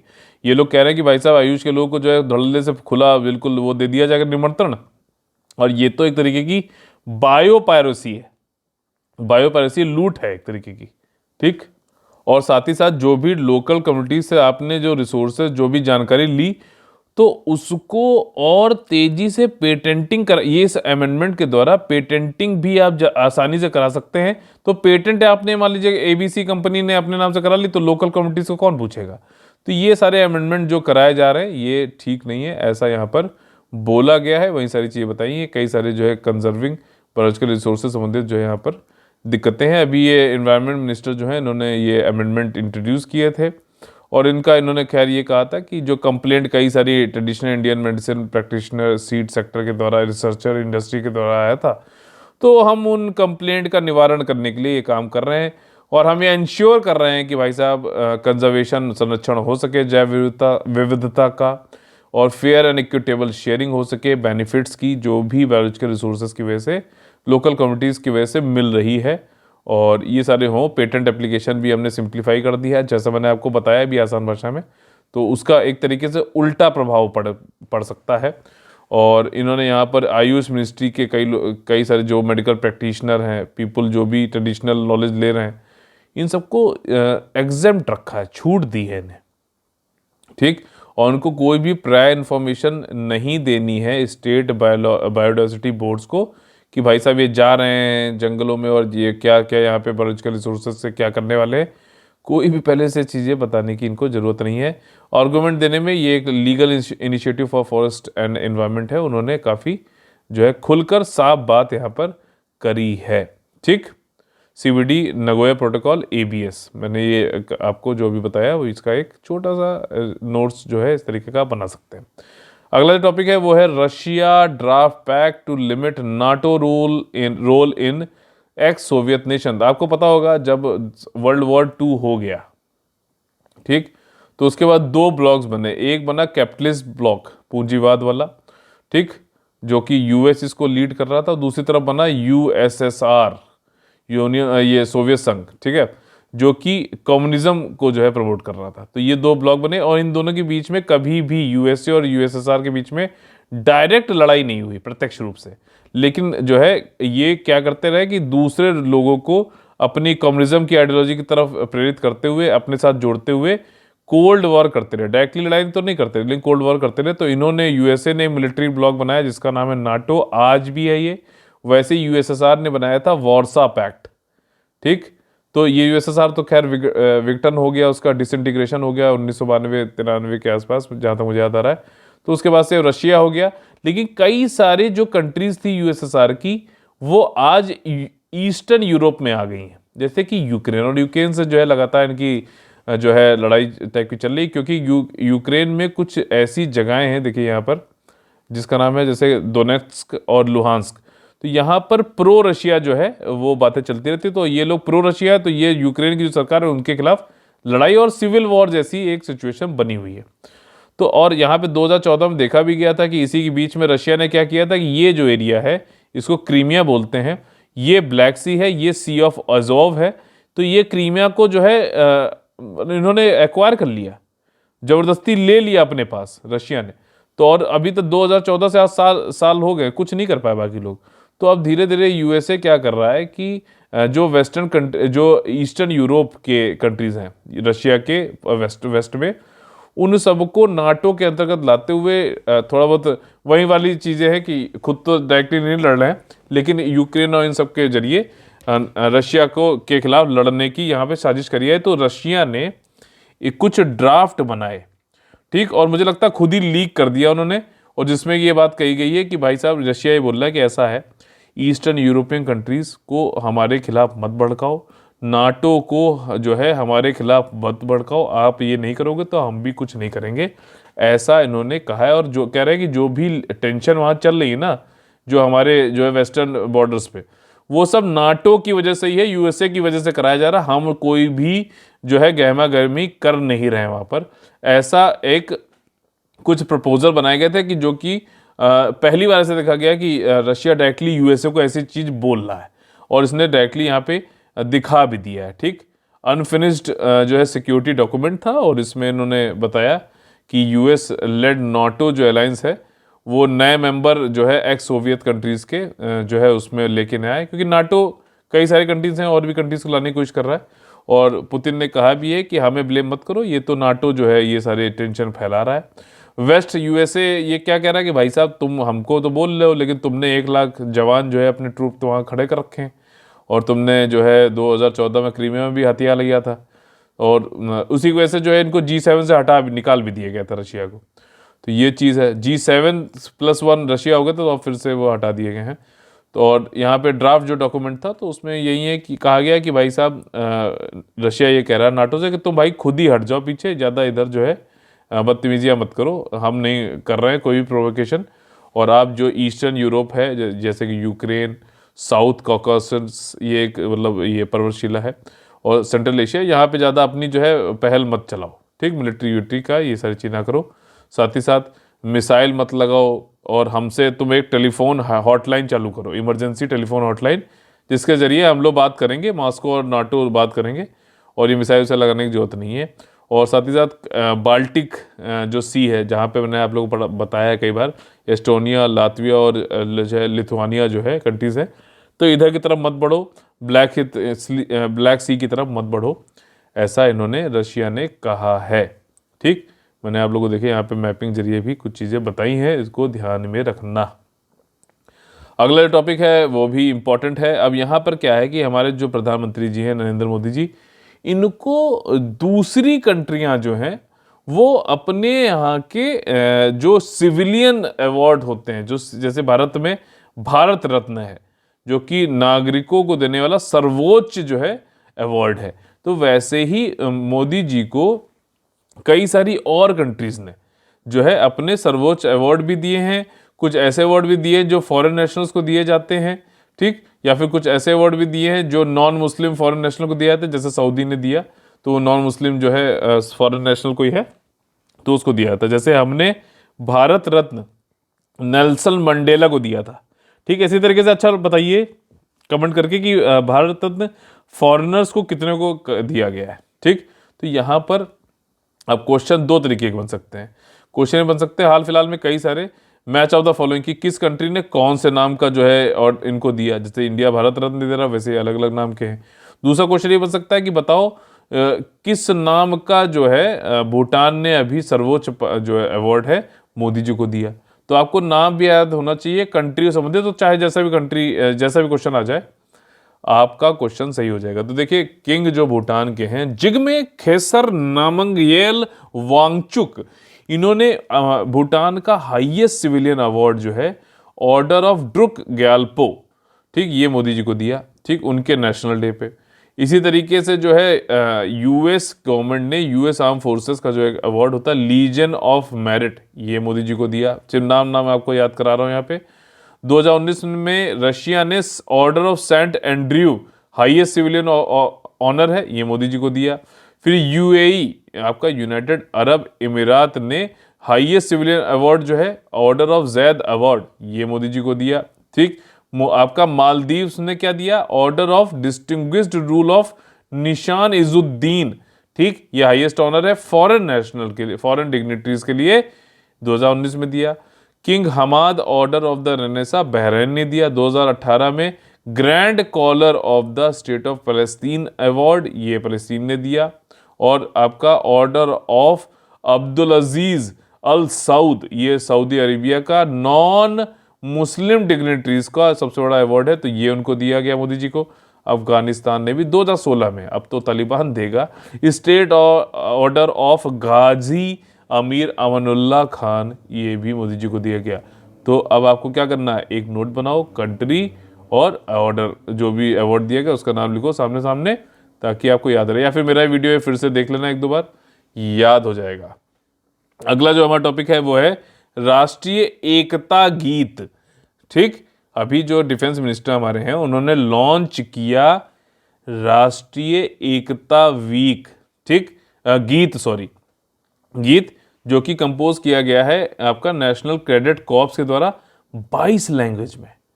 ठीक, ये कब दिया गया, ग्रैंड फिनाले अभी हुआ था, विजय श्रृंखला और संस्कृतियों का महासंगम कैंपेन जब हो रहा था, तो उसमें ये राष्ट्रीय एकता गीत जो है लॉन्च किया गया। ये नेशनल इंटीग्रेशन की थीम पे जो है ये गीत बनाया गया है। और इसमें इन्होंने जो हमारे डिफेंस मिनिस्टर उन्होंने बताया कि glorious history of national cadet corps को दिखाता है। कैसे, जैसे सुभाष चंद्र बोस, ये भी एक एनसीसी के थे, नरेंद्र मोदी जी भी एनसीसी के हैं, तो जो एनसीसी एलुमनाई हैं उनका काफ़ी बड़ा योगदान है देश को इंटीग्रेट करने के लिए, नेशन बिल्डिंग में। ठीक, और नेशनल कैडेट कॉर्प्स जो आपका है ये यूथ विंग होता है नेशनल इंडियन आर्म फोर्सेस का, इसका हेडक्वार्टर न्यू दिल्ली में है। अच्छा, अभी एनसीसी से संबंधित एनएचएआई के साथ में मिलकर एक प्लास्टिक रिलेटेड कैंपेन चलाया गया था। किसी को नाम याद आ रहा है? नाम तभी याद आएगा, और अभी भी याद नहीं आ रहा तो उसका मतलब आपने ढंग से वीडियो स्किप करके देख लिया इसका मतलब। ठीक है, तो जो करिए, जनरल स्टडीज पेपर 2 से इंटरनेशनल रिलेशन से जो हमारा अगला टॉपिक है इंडिया और सेंट्रल एशिया, ठीक, जिसमें कि आपका ये आते हैं Kazakhstan, Uzbekistan, Kyrgyzstan, Turkmenistan, Tajikistan. India और इन सेंट्रल एशियन कंट्रीज के बीच में थर्ड जो है अभी डायलॉग हुआ 18 दिसंबर को दिल्ली में, और इसमें 3 दिन का डायलॉग था। आपका एस जयशंकर जो हमारे एक्सटर्नल अफेयर मिनिस्टर वो यहाँ गए हुए थे। इसमें जो मेन मोटिव है वो यही है कि भाई साहब किस तरीके से रिलेशंस को और मजबूत किया जाए, पुख्ता किया जाए और फोकस किया जाए खास तौर पे ट्रेड, कनेक्टिविटी और डेवलपमेंट कॉरपोरेशन से संबंधित, ठीक, व्यापार, संपर्क और विकास सहयोग। सेकंड मीटिंग जो हुई थी वो पिछले साल अक्टूबर में हुई थी वीडियो कॉन्फ्रेंसिंग के थ्रू। अच्छा, इंडिया और सेंट्रल एशियन कंट्रीज के बीच में लगातार जो है बातचीत चल रही है, और इंडिया तो भाई साहब ये सेंट्रल एशिया को विस्तारित पड़ोसी बोलता है, अपना एक्सटेंडेड नेबरहुड बोलता है। वैसे एक चीज़ बता दूं, सेंट्रल एशियन कंट्रीज में यूरेनियम बहुत है, ठीक है ना, तो इंडिया का थोड़ा सा यहाँ पे ये जो है सिग्निफिकेंस है कि यूरेनियम में मिल जाए। बाकी कल्चरली साउथ जो सेंट्रल एशियन कंट्रीज़ हैं वो हम लोग को बहुत लाइक करते हैं। जैसे कि राज कपूर की पिक्चरें आज भी देखते हैं, इंडियन सिनेमा बॉलीवुड बहुत ज़्यादा मशहूर है वहाँ पर। तो ये चीज़ें हैं। चलिए मैपिंग कुछ कुछ कर लेते हैं यहाँ पर। देखिए अस्थाना कजाकिस्तान की जो है कैपिटल है। किर्गिस्तान जो कि चाइना से सटा हुआ है, बिश्केक है इसकी कैपिटल। तजिकिस्तान की दुशानबे है। आपका तुर्कमेनिस्तान की जो है आपका अशगाबाद है। उज़्बेकिस्तान का तो आप लोगों को याद ही होगा, ताशकंद है, जहाँ पर लाल बहादुर शास्त्री जी गए थे और फिर वापस जो है उनकी लाश आई थी। ये एरल सी है जो कि यूके के बीच में है। यूके क्या है, उज़्बेकिस्तान और कजाकिस्तान। ये काफ़ी जो है इसकी सैटेलाइट व्यू आप देखोगे तो ये बिल्कुल ख़त्म सी हो गई है। ठीक, ये कैस्पियन सी हो गई, कैस्पियन सी। अच्छा, ये वाला मैं एक वीडियो देने वाला हूँ जल्दी, जिसमें कि आपको सारी जो मेन रिवर्स हैं उनके आसपास की बॉर्डरिंग कंट्रीज़ कौन कौन सी, और भी बहुत सारे फीचर्स, कहीं पे स्ट्रेट है, जल डब्रू मध्य है, तो वो क्या क्या चीज़ें हो सकती, सब कुछ रहेंगे। खाली वो वीडियो देख लीजिएगा। जितनी भी सीज़ हैं और उनकी आसपास की कंट्रीज़ हैं, जितने भी तरीके के क्वेश्चन बन सकते हैं, सब उसमें आपके कवर हो जाएंगे। ठीक, आप लोग से मैंने यहाँ पे क्वेश्चन पूछा है कि ये दो लेक जो हैं कजाकिस्तान की और ये किर्गिस्तान की, इनका नाम क्या है। ठीक, इसी के साथ में आज का हमारा सेशन खत्म होता है। अगर आप लोग को पसंद आता है मेरा तरीका पढ़ाने का तो उसको यार दूसरों तक पहुंचाओ ना। ये हमारे लिए नहीं, आपके लिए मोटिवेशन है। ज़्यादा लोग अच्छे लोग पढ़ेंगे मिलेंगे। जितना ज़्यादा आप डिस्कस करोगे जितना बढ़िया आपका, जितनी बार आप रिप्रोड्यूस करने की कोशिश करोगे जो भी आपने पढ़ा है, जितना ज़्यादा जो अभी आपने पढ़ा है उसको आप कहीं पे अप्लाई करने की कोशिश करोगे, उतना ज़्यादा आपके लिए भी बेहतर होगा। क्योंकि in the end of the day exam में आपको फिर से रिप्रोड्यूस ही तो करना है जो आपने पढ़ा है, तो फिर पहले से उसकी प्रैक्टिस कर लो। तो अगर पसंद आता तो लाइक का बटन तोड़िए, ज़्यादा से ज़्यादा लोगों को जोड़िए, शेयर सब्सक्राइब और कमेंट करा कर। तो चलिए कल फिर से मुलाकात होगी सुबह 6 बजे। तब तक के लिए आप लोग से लेते हैं अलविदा। जय हिंद, जय Bharat, all the very best है।